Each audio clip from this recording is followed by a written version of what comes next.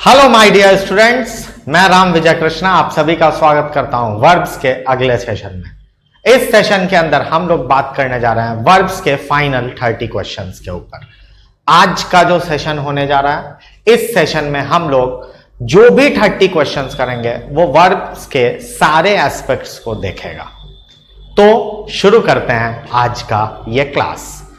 Question number 60 तक हमने कर लिया था, आज से हम लोग शुरू करेंगे क्वेश्चन 61 और एंड भी आज ही इस सेशन को कर देंगे। फिर इस सेशन के बाद हम लोग नए सीरीज के साथ आएंगे जिसमें हम लोग 1000 कॉमन एरर्स की बात कर रहे होंगे। तो वो सीरीज सभी लोग YouTube पर जरूर फॉलो करें और BSc कोचिंग को सब्सक्राइब करें।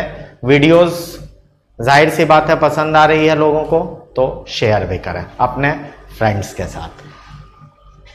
क्वेश्चन नंबर 61 जो कह रहा है वो देखकर क्या लगता है कि ये क्या कह रहा है भाई क्वेश्चन। इसके अंदर सीधा सीधा है, had you been to London I had also gone there. ठीक है, मतलब क्या हो गया, अगर तुम लंदन गए होते तो मैं भी वहां गया होता। ठीक है, मतलब ना ये लंदन गया है ना मैं लंदन जा पाया। जो कह रहा है वो स्पीकर नहीं जा पाया। अब ऐसे सेंटेंसेस को जो होता है उसको हम कहते हैं इम्पॉसिबल कंडीशंस। ठीक है, और इसका रूल है कि यहां पर हमारे पास तो हैड प्लस V3 होगा, यहां है भी हैड और बिन जो है V3, लेकिन दूसरा जो पार्ट है उसमें हैड प्लस V3 गलत हो जाएगा। What does this mean? देखो, कंडीशन, कंडीशन का मतलब अगर, यहां पर सेंटेंस पढ़कर ही पता चल रहा है। ऐसा जरूरी नहीं है कि जिस सेंटेंस में इफ होगा वही कंडीशन होगा। ठीक है, तो अगर had you been to London I had also gone there, अगर तुम गए होते तो मैं भी जाता। यहां पर चूंकि अगर आ गया इम्पॉसिबल कंडीशन हो गया तो हमको यह चीज समझना है कि एक साइड तो हैड प्लस V3 होगा, दूसरे साइड नहीं होगा। क्या होगा? तो वुड और हैव। हैड नहीं होगा, V3 होगा, लेकिन वुड हैव प्लस V3 होता है। यह चीज सभी को दिमाग में रखना है। कुड हैव और माइट हैव भी अपने सेंस के अनुसार आ सकता है, लेकिन यहां had you been to London I would also have gone there, मैं भी गया होता। तो होप ये क्वेश्चन समझ आ गया। हैड प्लस V3 कंडीशन बना रहा हो तो दूसरे पार्ट में would have, might have, could have plus V3 का हम यूज करेंगे। तो मैंने बोला वर्ब्स के आज डिफरेंट एस्पेक्ट्स को देखेंगे। सब्जेक्ट वर्ब के ऊपर भी आज हम लोग कुछ क्वेश्चंस कर रहे होंगे। अगला क्वेश्चन है क्वेश्चन नंबर 62। क्या कह रहा है? These news were broadcasted from all India radio yesterday. जाहिर सी बात है लास्ट डे की बात हो रही है, प्रीवियस डे की बात हो रही है, तो टेंस पास्ट ही होगा। ये न्यूज, सोचने वाली बात है, ये न्यूज। जिन्होंने भी नाउन्स पढ़ा है उनको यह चीज पता होगा कि न्यूज जो होता है हमेशा सिंगुलर होता है, और सिंगुलर होता है तो वर्ब प्लूरल बनाकर इसको हम गलत क्यों करें? यहां पर क्या हो जाएगा? वाज। लेकिन अभी भी प्रश्न ये आएगा कि केवल वाज करने से सही होगा क्या? नहीं, ये न्यूज चूंकि सिंगुलर है तो दीज भी नहीं आएगा, और क्या हो जाएगा? दिस। तो करेक्ट सेंटेंस हुआ this news was broadcasted from all India radio yesterday. देखने में लगेगा क्या भाई? देखने में लगेगा कि ये जो है न्यूज प्लूरल है, क्योंकि एस लगा हुआ था। जनरली हम लोग देखते हैं वर्ड जो एस में एंड करता है वो प्लूरल होता है, तो ऐसा देखने में लगता भले है, लेकिन न्यूज क्या हो गया? सिंगुलर हो गया। ठीक है, चलो आगे बढ़ेंगे। नेक्स्ट है, क्या क्वेश्चन कह रहा है? The thief was arrested and his pockets searched. अच्छा, क्वेश्चन है थीफ को, चोर को अरेस्ट किया गया और उसके पॉकेट्स को सर्च किया गया। सोचने वाली बात है, पॉकेट्स को सर्च किया जाएगा ना यहां, लेकिन क्या बोल रहा है, हिज पॉकेट सर्च्ड, मतलब उसका पॉकेट ही सर्च किया। हमारा पॉकेट कुछ खोज सकता है क्या? नहीं खोज सकता है। मतलब यहां कहने का है कि सेंटेंस एक्टिव वॉइस में दिया है, यह सब्जेक्ट काम करते हुए दिख रहा है, जो कि गलत हो जाएगा। यहां करेंगे हिज पॉकेट्स वर सर्च्ड, ताकि सेंटेंस हमारा पैसिव वॉइस में बन जाए और ये करेक्ट हो जाए। तो ये है हमारा क्वेश्चन नंबर 63। याद रखना, अभी तक हम लोग 60 क्वेश्चंस ऑलरेडी कर चुके हैं प्रीवियस वीडियोस में। इस वीडियो में 61 to 90 करने जा रहे हैं। 3 क्वेश्चंस हमने कर लिया है। आई होप कि सभी को समझ आ गया। बढ़ते हैं अगले क्वेश्चन की तरफ। क्वेश्चन नंबर 64 कहता है 10 वर किल्ड। 10 किसके लिए आया है? लोगों के लिए। And 1 taken to prison. 1 taken to prison. देखो यहां पर एंड है। एंड क्या है? एक कोऑर्डिनेटिंग कंजंक्शन है। कैसे याद रखेंगे कोऑर्डिनेटिंग कंजंक्शन को? एक रूल मैं दे रहा हूं, फैन बॉयज। ठीक है, फैन बॉयज क्या होता है? फॉर, एंड, नॉर, बट, और, येट, सो। अच्छा, इससे 2 चीज जुड़ रहा है, एक 10 वर किल्ड और दूसरा 1 टेकन टू प्रिजन। याद ये रखना है कि ये भी एक सेंटेंस का पार्ट है, एक क्लॉज फॉर्म कर रहा है, और ये भी एक सेंटेंस का पार्ट है, अनदर क्लॉज फॉर्म कर रहा है। लेकिन क्लॉज तभी पॉसिबल है जब सेंटेंस में एक फाइनाइट वर्ब हो। फाइनाइट वर्ब पता करना है तो V1, V2, V5 एंड आप क्या देखोगे? ऑक्सिलियरी वर्ब्स, ये होने का जरूरी है। अच्छा, इस पार्ट में, इस क्लॉज में V1, V2, V5 या ऑक्सिलियरी वर्ब नजर आ रहा है क्या? बिल्कुल नहीं। टेकन क्या है? वर्ब 3। इसीलिए यहां पर होगा, जैसे यहां है 10 were killed and 1 was taken. Taken V3 है, तो पॉसिबल नहीं है कि केवल नॉन फाइनाइट वर्ब से एक सेंटेंस का पार्ट क्लॉज बन जाए, इसीलिए यहां वाज करेंगे। क्वेश्चन नंबर 64 कहता है, नेक्स्ट आते हैं हम लोग, क्रिकेट मैच देखते हैं, पसंद भी आता है, लेकिन कभी कमेंटेटर्स को सुने हैं? अगर सुने हैं तो यह क्वेश्चन बनेगा, नहीं सुने हैं तो फिर दिक्कतें होंगी। क्या कह रहा है? India has defeated England in the cricket match. India ने इंग्लैंड को पराजित किया है क्रिकेट मैच के अंदर। अब यहां पर हमको समझना है कि इंडिया एक टीम है, इंग्लैंड एक टीम है।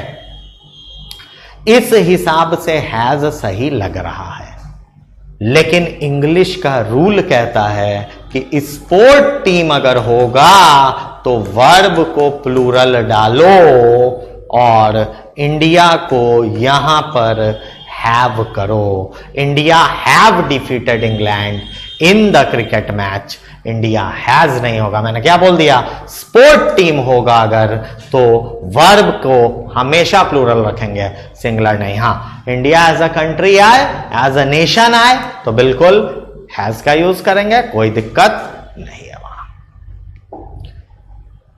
क्वेश्चन 66 क्या कह रहा है? I have never and will never abuse your brother.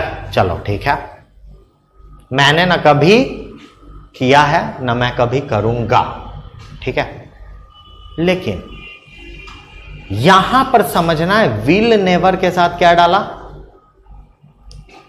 Abuse डाला है ना। विल नेवर के साथ क्या डाला?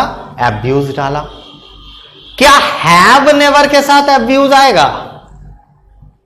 विल के साथ तो चलो मॉडल ऑक्सिलियरी होने के कारण वर्ब 1 आ गया, ठीक है, लेकिन हैव के साथ किसी केस में पूरे इंग्लिश में कभी पॉसिबल है कि V1 आ जाए? किसी भी केस में, in any case is it possible? Not at all. That's why ये जो हैव का अब्यूज से रिलेशन बना गलत बन गया, और चूंकि गलत बन गया तो यहां क्लैरिफाई करना होगा। I have never abused and will never abuse your brother. ना मैंने कभी किया, क्लैरिफाई करो वर्ब 3 के साथ, और will never abuse your brother. मतलब इसको हम लोग पैरालेलिज्म का स्ट्रक्चर कहते हैं। पैरालेलिज्म कहता है क्लैरिटी होनी चाहिए चीजों में, सेंटेंसेस क्लियर होना चाहिए, रिलेशन सबका सबके साथ एकदम स्थापित होना चाहिए। कहीं भी शॉर्ट करने के चक्कर में हम उसको नहीं अगर कर रहे हैं स्थापित तो सेंटेंस गलत हो जाएगा। दैट्स व्हाई ऐसा क्वेश्चन बहुत पूछा जाता है और इसमें लोग फंस जाते हैं। याद रखना, एंड से अगर दो ऑक्सिलियरी वर्ब जुड़ रहा है, ध्यान से, एंड से अगर दो ऑक्सिलियरी वर्ब जुड़ रहा है, is, am, are, was, were, has, have, had, do, does, did, will, would, shall, should, can, could, may, might, must, need, dare, used to, ought to, इन 24 में कुछ भी जुड़ जाए, रिलेशन दोनों के साथ बनना चाहिए। एक के साथ बनेगा तो सेंटेंस गलत हो जाएगा। और ये 24 वर्ड सभी को अपने दिमाग में रखना है। आगे बढ़ते हैं।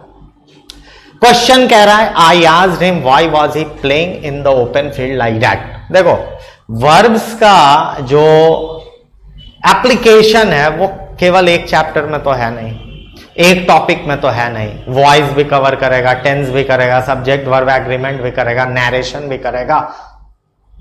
यहां पर एक क्वेश्चन दिया, I asked him why was he playing in the open field like that. यहां पर मैंने उससे पूछा, मतलब ये सेंटेंस जो है एक स्टेटमेंट है, क्वेश्चन तो है नहीं। क्यों नहीं है? क्वेश्चन तब होता ना जब ये आई आस्क्ड हिम नहीं रहता, सीधा why was he playing in the open field like that होता, लेकिन ऐसा तो है नहीं।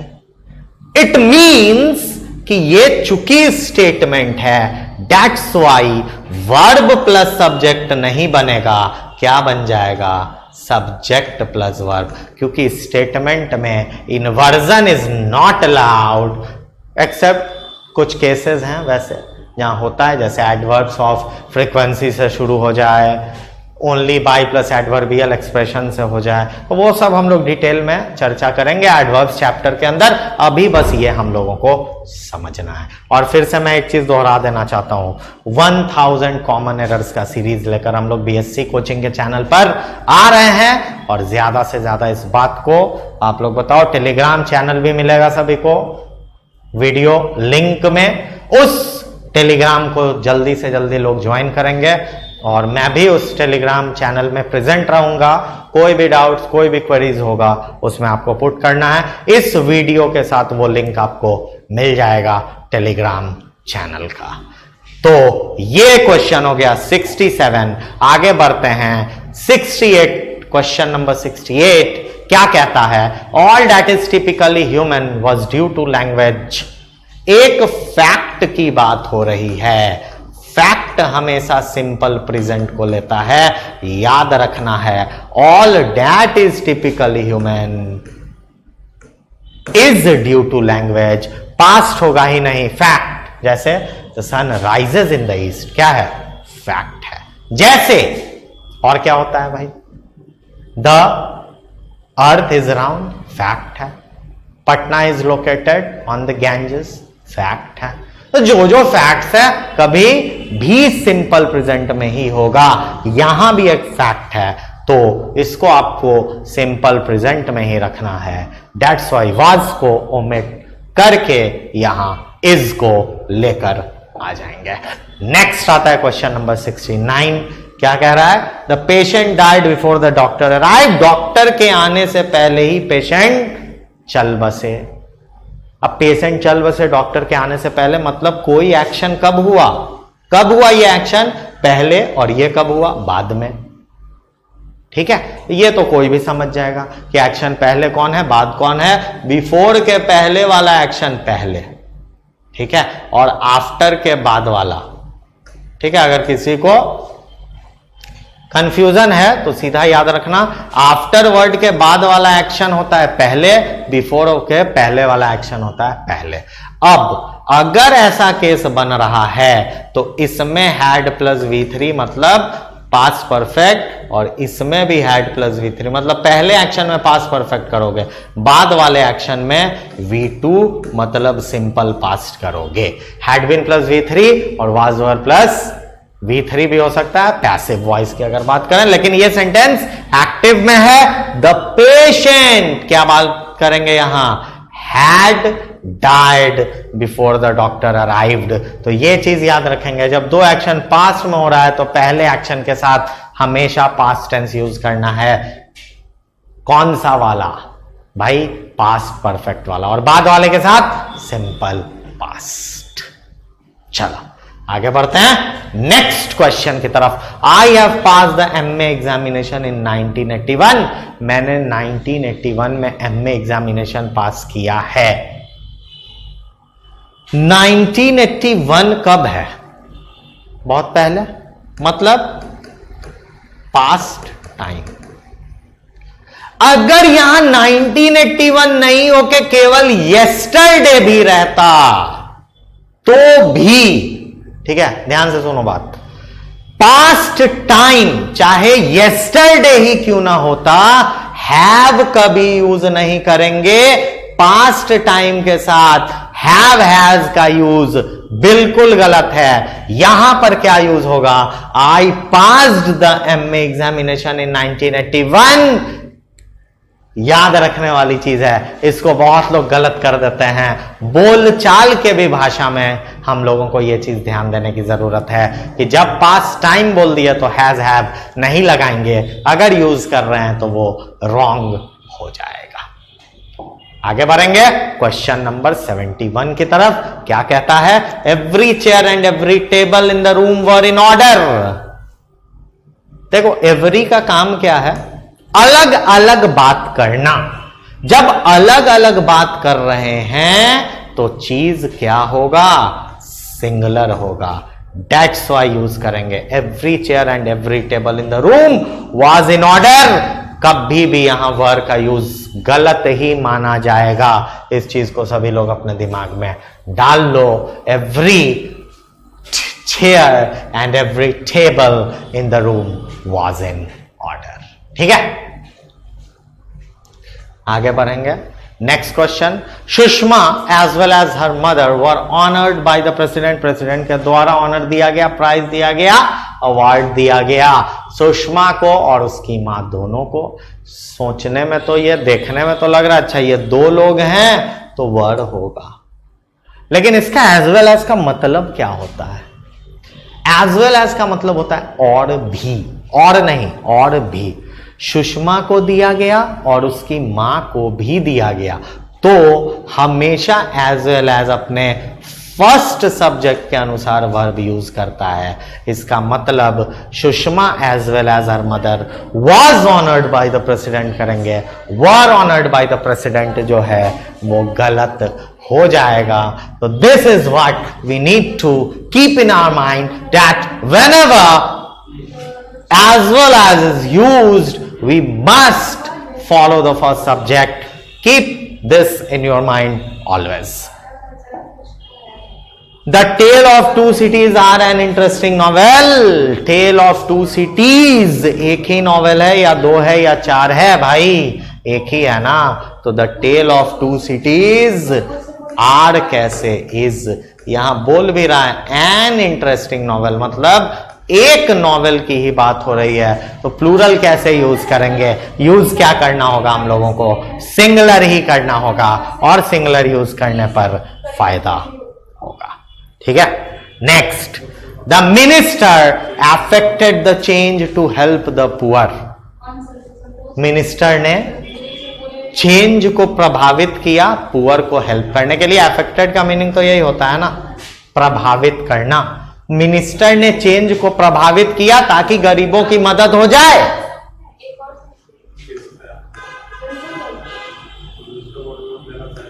इफेक्टेड, अफेक्टेड मतलब प्रभावित किया, इफेक्टेड मतलब लागू किया।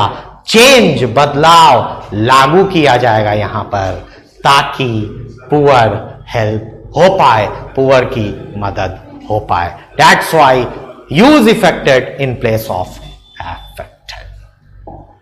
आगे बढ़ते हैं नेक्स्ट क्या बोल रहा है? Social and economic equality are needed for success in life. Social और economic equality are needed for success in life. क्या ये सेंटेंस सही है या फिर कोई एरर है इसके अंदर? यहां पर हमको समझना होगा कि प्रेजेंस किसका है? आर का। ठीक है, बात किसकी हो रही है? इक्वालिटी की। तो यहां हमको क्या करना चाहिए? इस आर के बदले इज कर देना चाहिए, लेकिन बचने की जरूरत है। बात इक्वालिटी की नहीं हो रही है, बल्कि इकोनॉमिक इक्वालिटी और सोशल इक्वालिटी दोनों की हो रही है। तो इज का सवाल ही नहीं है। यूज हम क्या करेंगे? आर। और इस सेंटेंस में नो एरर है।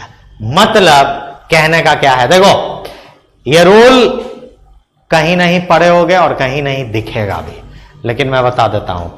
Adjective plus and plus adjective के साथ अगर एक एब्स्ट्रैक्ट नाउन आ रहा है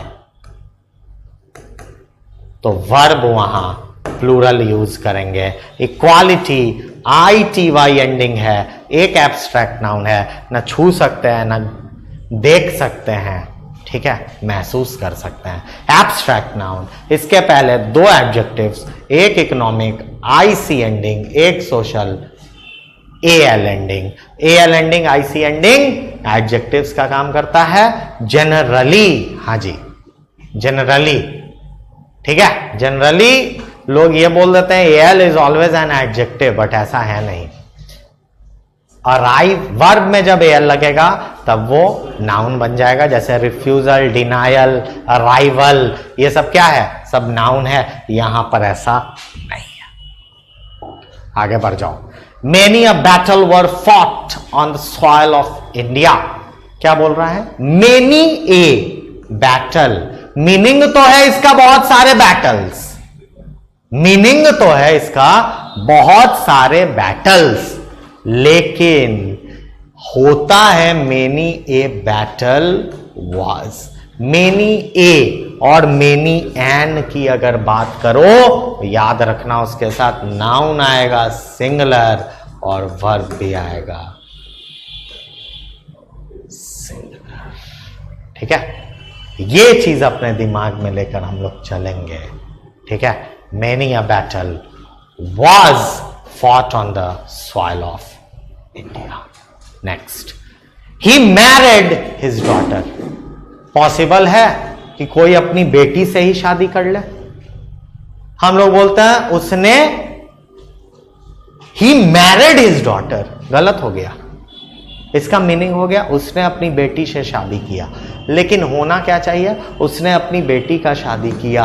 यहां पर कॉजेटिव वर्ब्स का जो चैप्टर मैंने पढ़ाया था वो काम आएगा। प्रेरणार्थक क्रिया किया नहीं है, करवाया है। He got his daughter married, बल्कि जनरली बोल भले देते हैं ही मैरिड हिज डॉटर लोग, लेकिन वो सेंसलेस, मीनिंगलेस और एरर से भरा हुआ सेंटेंस हो जाएगा। तो ध्यान रखना है, ये वर्ड एग्जाम में जैसे ही पूछे मैरिड, चेक करो कि जिसके बीच शादी हो रही है मैरिड वही होगा, नहीं तो गॉट मैरिड का यूज कर देंगे कॉजेटिव वर्ब की तरह। क्वेश्चन नंबर 78 क्या कह रहा है? Shane is one of those boys who has expressed his willingness for joining the educational tour. Shane उन लड़कों में से एक है जिन्होंने अपनी इच्छा दिखाई है एडुकेशनल टूर, शिक्षा से रिलेटेड टूर को ज्वाइन करने के लिए। शेन जो है, ध्यान से समझो, सेंटेंस पढ़ना जरूरी है। शेन जो है उन लड़कों में से एक है, उन लड़कों में से एक है जिन्होंने एक्सप्रेस किया है अपना विलिंगनेस। तो यहां पर शेन के लिए थोड़ी आ रहा है। जनरली वन ऑफ देख के लोग कंफ्यूज हो जाते हैं, लेकिन वन ऑफ में रिलेटिव प्रोनाउन अगर बैठ गया है, हु, विच, डैट, हुम, हुज, ये सब बैठ गया है अगर, तो वहां पर जिस नाउन के लिए वो रिलेटिव प्रोनाउन आया है उसके बाद वाला वर्ब उसी तरह का हो जाता है, एक केस को छोड़कर जिसकी बात हम लोग प्रोनाउंस चैप्टर में करेंगे। वैसे मैं बता देता हूं ओनली ऑफ का वो केस होता है। चलो आगे बढ़ते हैं क्वेश्चन नंबर 79 के ऊपर। The criminal will be hung in the Ambala central jail. Criminal जो है उसको फांसी की सजा दी जाएगी या लटका देंगे कपड़े की तरह? जाहिर सी बात है उसको फांसी की सजा दी जाएगी। हैंग का V3 फांसी के केस में क्या पर है? हैंग्ड पर है। दिया क्या है? हंग। गलत है। सिंपल क्वेश्चन, हंग वर्सेस हैंग्ड। जब फांसी की बात हो तो हंग का यूज नहीं हैंग्ड का यूज करोगे। वर्ब 3 और वर्ब 2 में हंग का यूज केवल लटकाना, टांगना, ऐसे चीजों के लिए हम करते हैं। ठीक है, कोई दिक्कत? चलो आगे बढ़ते हैं क्वेश्चन नंबर 80 की तरफ। If I reach late I shall be punished. अगर मैं लेट पहुंचूंगा तो मुझे दंड मिलेगी, मुझे मिलना ही चाहिए। अगर मैं पहुंचूंगा लेट, देखने में तो बिल्कुल सही लग रहा होगा if I will reach late, लेकिन याद रखेंगे इफ से बना हुआ कोई भी क्लॉज अपने साथ फ्यूचर टेंस नहीं लेगा। फ्यूचर टाइम शो करने के लिए सिंपल प्रेजेंट का यूज हमको करना पड़ता है। यहां पर करेक्ट क्या है? If I reach late I shall be punished. ठीक है, if I will reach late I shall be punished नहीं होगा। टोटल हमने अभी तक 80 क्वेश्चंस कर लिया और मैंने दिखा दिया सबको कि किस तरह का वैरायटी ऑफ क्वेश्चंस पूछा जाता है एग्जाम में। अगला सीरीज 1000 कॉमन एरर्स पे हम लोग करेंगे, लेकिन अभी टोटल हमारे पास 10 बाकी है। क्वेश्चन नंबर 81 क्या कह रहा है? इफ विशेस और हॉर्सेस बेगर्स में राइट। देखो एक चीज याद रखेंगे, यहां क्या है? पास्ट और कंडीशन भी है। ऐसे कंडीशन को हम बोलते हैं जिसमें इफ वाला पार्ट पास्ट हो। कौन सा पास्ट? सिंपल पास्ट हो, उसको हम लोग बोलते हैं सेकंड कंडीशन। जिसमें में कभी नहीं आ सकता है। क्या आएगा? Might plus V1। V1 already है राइड के फॉर्म में, तो याद रखेंगे if wishes were horses beggars might ride, ना कि बेगर्स में राइड। तो इस चीज को अपने दिमाग में लेकर चलना है हम लोगों को। Question number 82। The poet and philosopher are dead. बहुत प्रैक्टिस किए होगे ऐसे क्वेश्चंस पर, और यहां बात किसकी हो रही? पोएट और फिलोसफर की। पोएट और फिलोसफर की, लेकिन वो पोएट और फिलोसफर एक ही इंसान है। ठीक है, इंसान कितना? एक। जितना द उतना इंसान। That's why the poet and philosopher is dead. एक ही इंसान पोएट भी है, एक ही इंसान फिलोसफर भी है। अगला क्वेश्चन लेकिन देख लो। The teacher and the doctor has been honoured. यहां कितना हो गया? एक द यहां, एक द यहां। तो ये चीज याद रखना, the teacher and the doctor has been honoured नहीं, the teacher and the doctor have been honoured. तो इस चीज को अपने दिमाग में लेकर चलेंगे कि एक टीचर दूसरा डॉक्टर, हैज क्यों? क्या करना है? हैव करना है। The teacher and the doctor have been honoured. आगे बढ़ते हैं। I know mister Thomas for 5 years। 5 वर्षों से ये चीज हो रहा है। तो 5 वर्ष, आई नो तो हो गया मैं जानता हूं, मैं 5 वर्षों से, ठीक है, 5 वर्षों से यहां बात हो रही है, उस पर ध्यान देंगे। I have known. ठीक है, परफेक्ट, प्रेजेंट परफेक्ट फॉर और सिंस के साथ 2 ही लगेगा, या तो प्रेजेंट परफेक्ट या तो प्रेजेंट परफेक्ट कंटिन्यूअस। कंटिन्यूअस में नो जो है स्टैटिक वर्ब होने के कारण यूज नहीं होगा, तो यहां पर आई हैव नोन करेंगे। चूंकि स्टैटिक वर्ब और डायनेमिक वर्ब में अंतर होता है, ऑलरेडी हमने पढ़ा है क्लासेस के अंदर। जिनको प्रॉब्लम है उस टॉपिक में वो जाकर वीडियोस चेक कर सकते हैं वर्ब्स का, बीएससी कोचिंग के इस चैनल पर। Amy and Charlie is going to the market. कितने लोग जा रहे हैं? एक है एमी और दूसरा चार्ली। इंसान दो और वर्ब एक वाला। क्या करेंगे? Amy and Charlie are going to the market. Is नहीं करेंगे, आर करना होगा, क्योंकि एमी और चार्ली एक तो इंसान है नहीं, अलग अलग है। एक रहता तो एंड क्यों लगता? सोचने वाली बात है। दैट्स वाई दो का जब भी बात हो तो प्लूरल यूज करोगे। ठीक है, तो ये है हमारा आज का वीडियो जिसमें हमने 85 क्वेश्चंस किया। 5 क्वेश्चंस जो होगा वो आपको इसके साथ मिलेगा, जिसको आपको खुद सॉल्व करना होगा, और उसके आंसर में कोई डाउट होगा तो हमारा टेलीग्राम चैनल ज्वाइन कर लेंगे। आज के लिए यहीं तक, मिलेंगे अगले सीरीज में 1000 कॉमन एरर्स का। Thank you, God bless, all the best.